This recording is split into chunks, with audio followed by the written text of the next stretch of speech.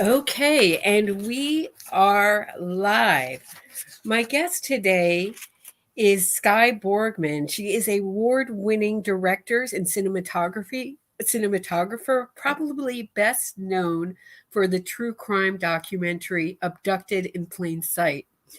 That documentary amazed and riveted audiences when it premiered on Netflix in 2017. Borgman is back with a new documentary on Brooke Preston's killer, Randy Herman Jr., entitled Dead Asleep. The title refers to Herman's defense that he stabbed Brooke Preston 25 times while he was asleep. Uh, Dead Asleep premieres on Hulu this Thursday, December 16th. Welcome, Skye Borgman. Thank you so much. It's nice to be here.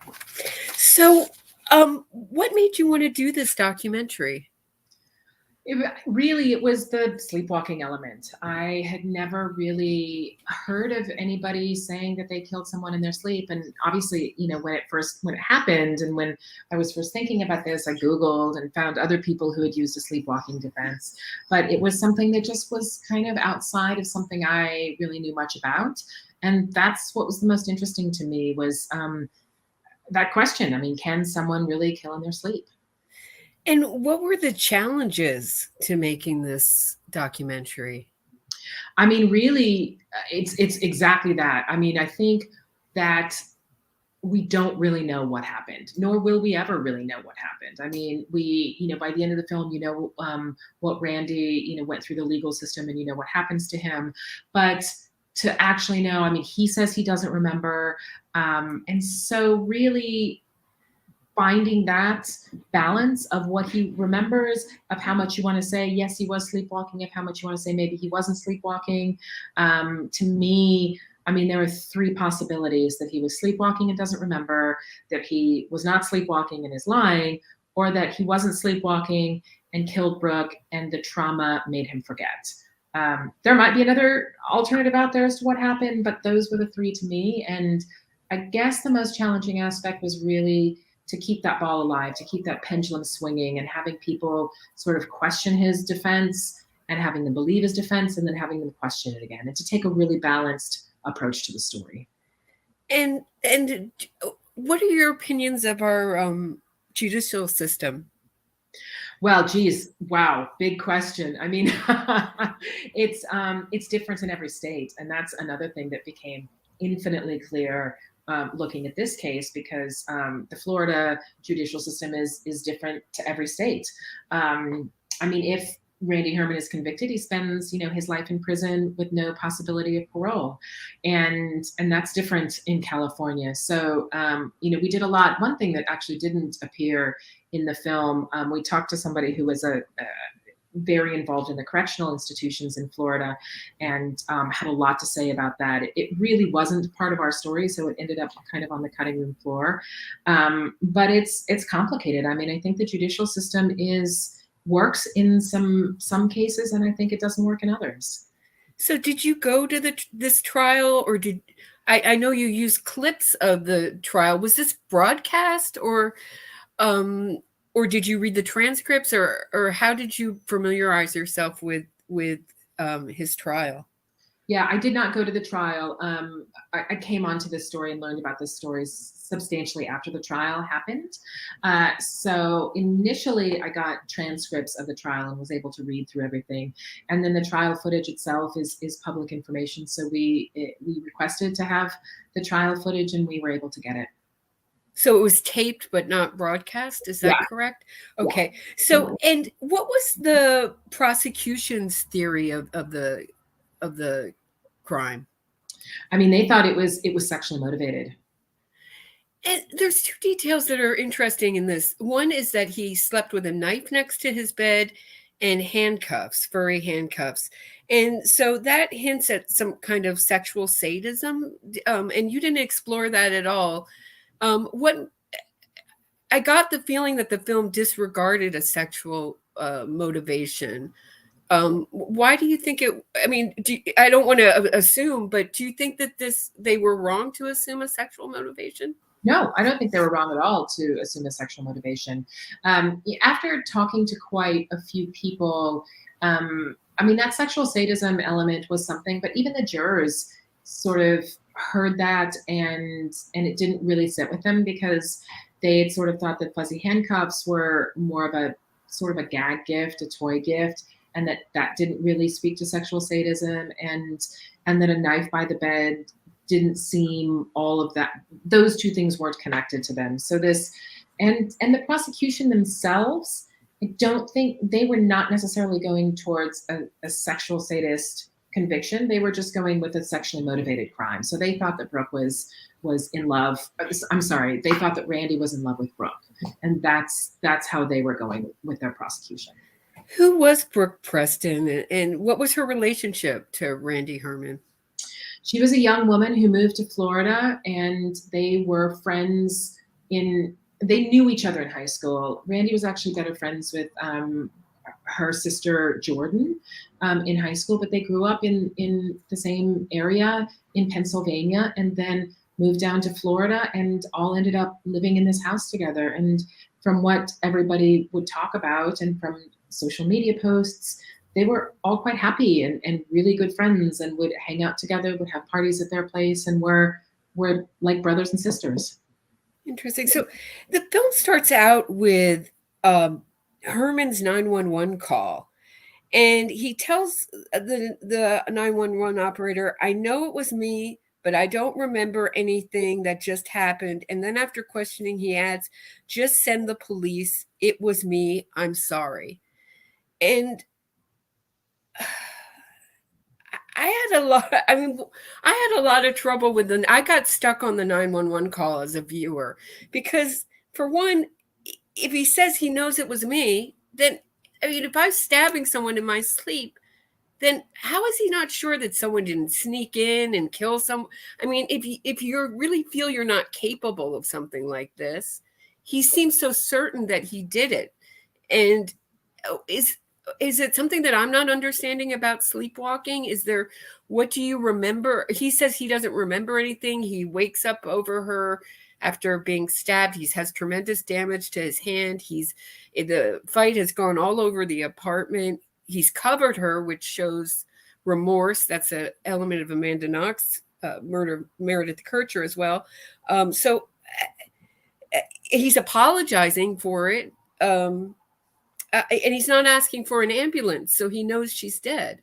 I mean, there's so much in that 911 call. I know you put it in, so I know you think it's important. What are your feelings about the 911 call?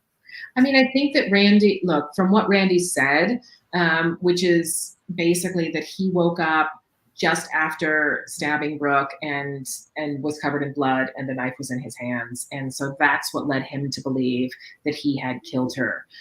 There were other people who had said, well, somebody could have snuck in and done it, but there was just no evidence of that, of anybody having been able to get in and sort of frame Randy for this. There was zero evidence, detailing anything like that. So he says himself that it was that moment that he wakes up, that he is over her body, and that's when he begins to remember things. And even that, though, is filled with black holes to Randy, that he can't remember everything. And his drive to the park, why did he drive to the park?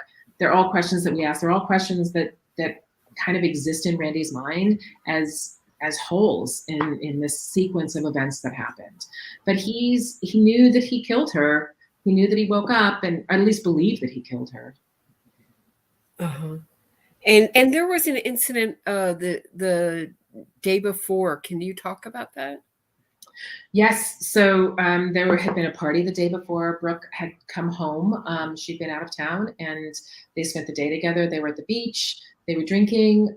There was a party that night, and he went into her closet as she was packing up to leave, and he was naked in her closet. And she opened it, and he was sort of sitting there, and he had his finger up to his mouth and was saying, "Shh," and it really freaked her out. And so she called her friend to come and pick her up and stay the night somewhere else. She wasn't going to stay the night there. She was in the process of moving out, and somebody else was there. So she she went and stayed the night somewhere else because he was being weird and he was being kind of a jerk. And what did you find out about Sleepwalking? You go through a psychologist's list of things, elements, and this crime fits all of them except the last one, which is drinking. So I was confused about those. I'm sorry, I have it in my notes. The name of that criteria. Yeah, that criteria. Oh, here it is. Yeah, and so no history of violence, arousal soon after sleep onset, extended period of complex motor behavior. All these things are great fits. So do you have to fit into each criteria, or how many of those criteria do you have to fit into the Boncolo criteria? I'm sorry if I'm messing up the pronunciation. No, fine. So look, the Boncolo criteria were established sort of in the 1970s, if I'm not mistaken, and it was really sort of a sequence of criteria that you can sort of isolate as a sleepwalker. They're like with everything, I guess. There are ways to sleepwalking can happen outside of those criteria, right? Or there are different ways, like we don't really know. And this was something that the prosecution, the defense sort of lobbied back and forth a little bit. The defense was trying to say that it is possible that Randy imagined Brooke coming back to get her stuff, that it had happened before, that he imagined her coming back to get the t-shirt and leaving. And if he imagined that interaction, then he could have been in a phase of deep sleep where you can sleepwalk. There's also a possibility, depending on anybody's personal sort of psychology and their makeup, that he could fall back asleep in a reasonably quick period of time, less than 15 minutes maybe. So could he have fallen back asleep? Quite possible. Could he have dreamed that Brooke came back? Possible again. It doesn't appear that the jurors believe that. They sort of looked at the timeline and they said that it wasn't really possible for him to fall back into deep enough sleep to be sleepwalking, because they sort of felt that he was awake when Brooke had come back, and that whole interaction was a memory of what had happened, not filling in the blanks, not the brain filling in the blanks. So when they started to put the sequence and the time together, that's when really important felt Randy was guilty. And you also, so do you feel the jury was wrong in this, or that he didn't get a fair? I mean, you referenced that he used a public defender. Did you feel that this assistant public and you interviewed this assistant public defender? Do you think he did a good job? I think he did a great job. Yeah, I think Joe Walsh. Look, I think he came into this, and I think that he brought everything he could to and Randy Herman in the best way that he could. And so you use some clips of 12 Angry Men. Mm-hmm. And that's such an interesting film. That's a film where one juror convinces the whole rest of the jury. Was that the way I took that as a viewer? Was a filmmaker, was that put in there because you were hoping that one juror had just argued harder for Herman, or you felt that if they had looked closer, they would have made a different decision? Or was there something they were missing? No, I think that when the jury went back to the jury room, we were lucky enough to be able to speak with two of the jurors and kind of get a sense of where they were coming from.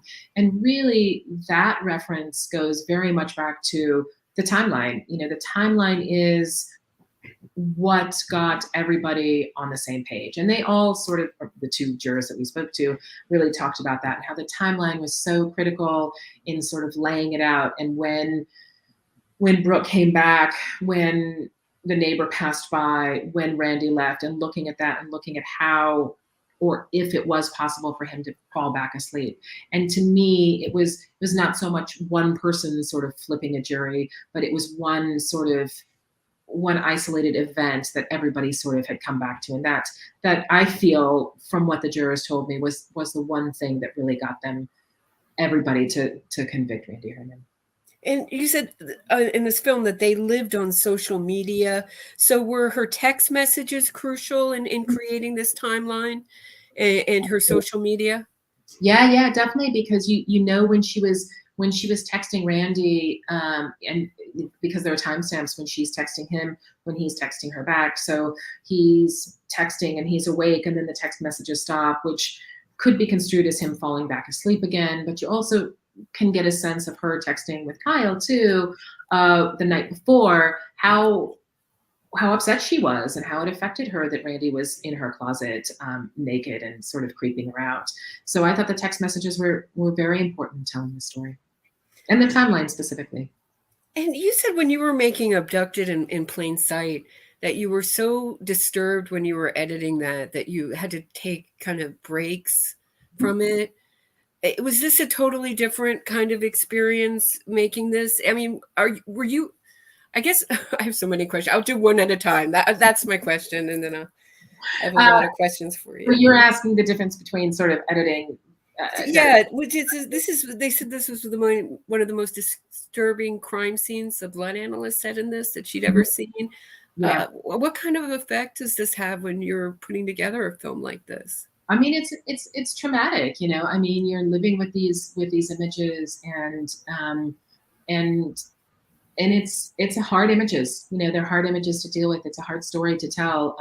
I think ultimately, you know, it is that idea that hopefully we're doing some justice for Brooke Preston. Hopefully we're telling a story that people will watch and some from continue this conversation. You know, is there anything we can change in our normal sort of everyday lives as we live it now to be more aware, to sleep better so that our awake lives are better? I mean, it's all of those things sort of combined in how do you put this story forward? So I did a little research on sleepwalking. Men and women have the equal rates of sleepwalking, but there are two men that got off for sleepwalking in Arizona. But there are two famous cases from the 1800s.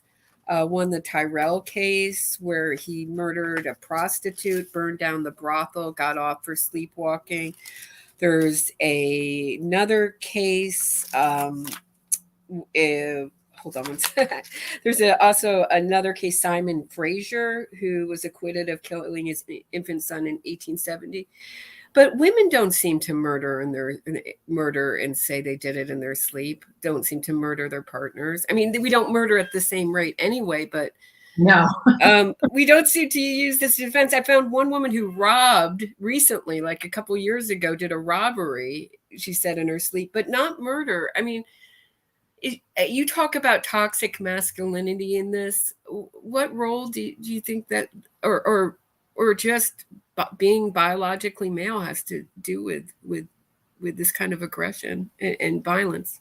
I mean, clearly males are the more aggressive of the sexes, right? I mean, when you look at, I mean, you said it yourself, right? So when you're looking at the rates of murder, it's typically men who are doing the murdering. Yes, women can murder. Yes, women can rape.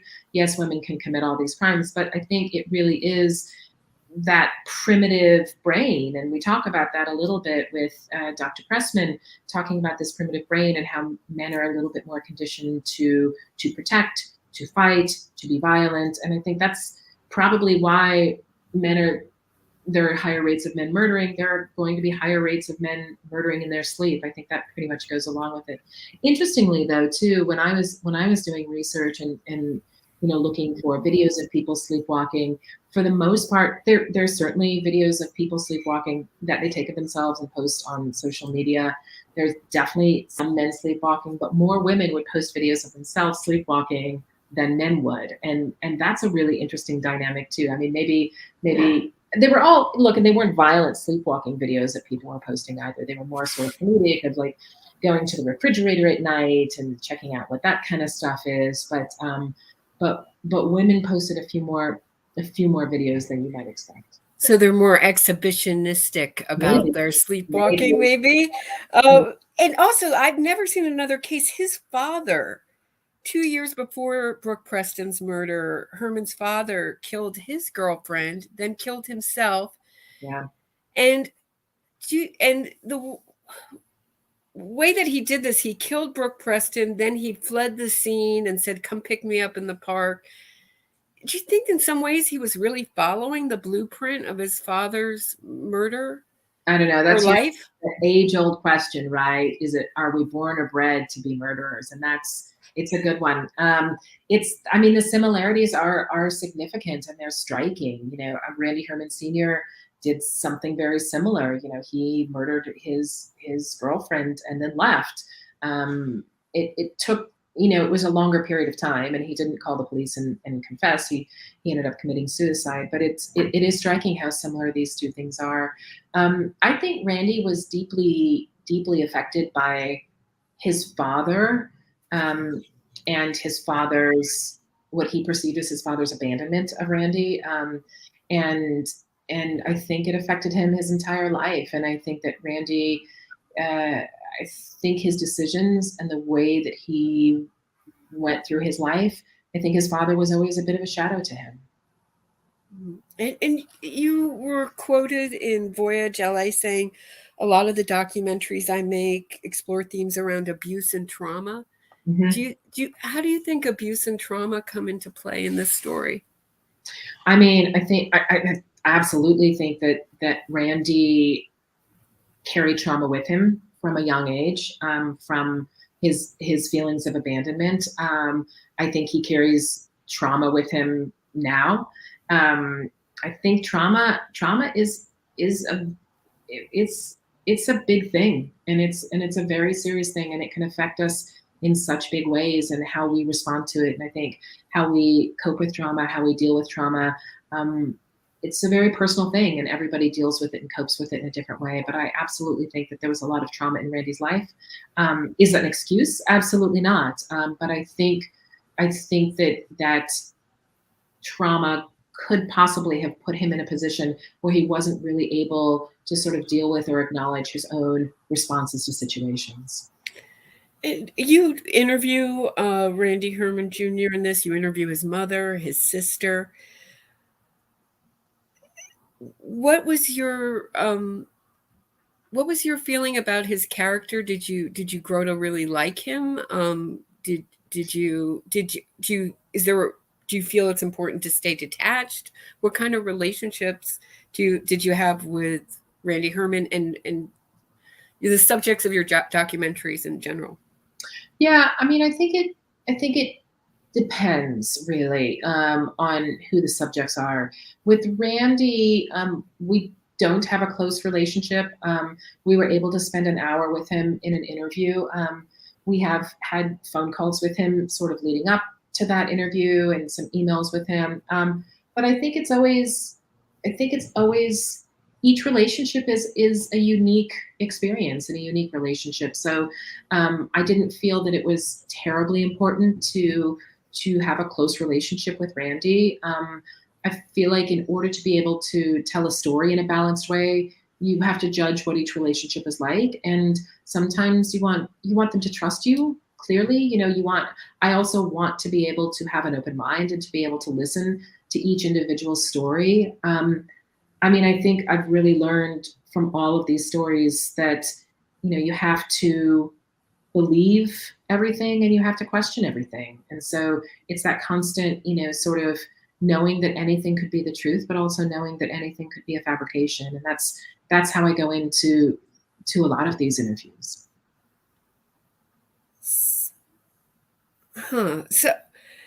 So I guess this is the question I really want to ask is, what happens when you're making a documentary and you hate your subject? I mean, you get into it and you find that, and you have to spend all this time with them editing it. I mean, has that happened to you? You don't have to tell which film, obviously, but has that happened to you? And what's that like? I mean, I think I've been on the verge of. I mean, hating's a really strong word. Okay. Hating's a really personal word, and that's Sure. where I would go. I mean, maybe if I were, I don't know, it's just a really personal thing, I think. And so I don't know that I've ever gotten to the point where I hated a subject, but there's certainly have been times where I've I have been speaking to people who I don't necessarily, I wouldn't want to go out for a drink with them, you know. I would, and even beyond that, you know, don't know that I necessarily would trust what they are saying, and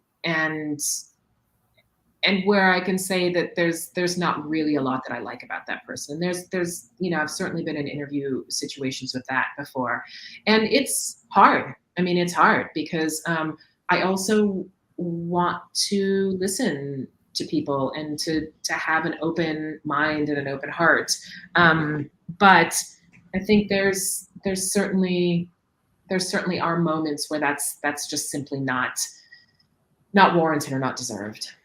What's the most important characteristic, do you think, to have to be a good documentarian? To be able to listen. Okay. Brooke Preston's sister, Jordan, has asked the public to boycott this documentary. Mm-hmm. She's been quoted as saying, "Why does he get to talk," meaning Randy Herman Jr., "to the world, and she," meaning her sister Brooke, "doesn't?" Do you have an answer to that? I asked the same question. It's a horrible, tragic, terrible crime that happened. And I wish we weren't telling this story. I wish Brooke Preston was still alive. I hope the film doesn't cause the family any more grief and trauma than they're already experiencing. And I hope it gives a balanced perspective on sleepwalking, and that this happens in sleep, that people are capable of violent parasomnia. And I hope people can walk away from this and continue the conversation after they've stopped watching the film, and have real deep conversations about what our sleep life means to our awake life. Do you think that audiences will watch this? I mean, we've watched campaigns like For Making a Murderer, for the West Memphis 3 actually got those child killers out of prison. I mean, are you worried that your film will be used as kind of an advocacy film for this convicted killer? I mean, it's not an advocacy film for this convicted killer. I think that's pretty clear from watching it, that it's not an advocacy film to have Randy's trial or his conviction overturned. It really is a story about sleepwalking. I don't think.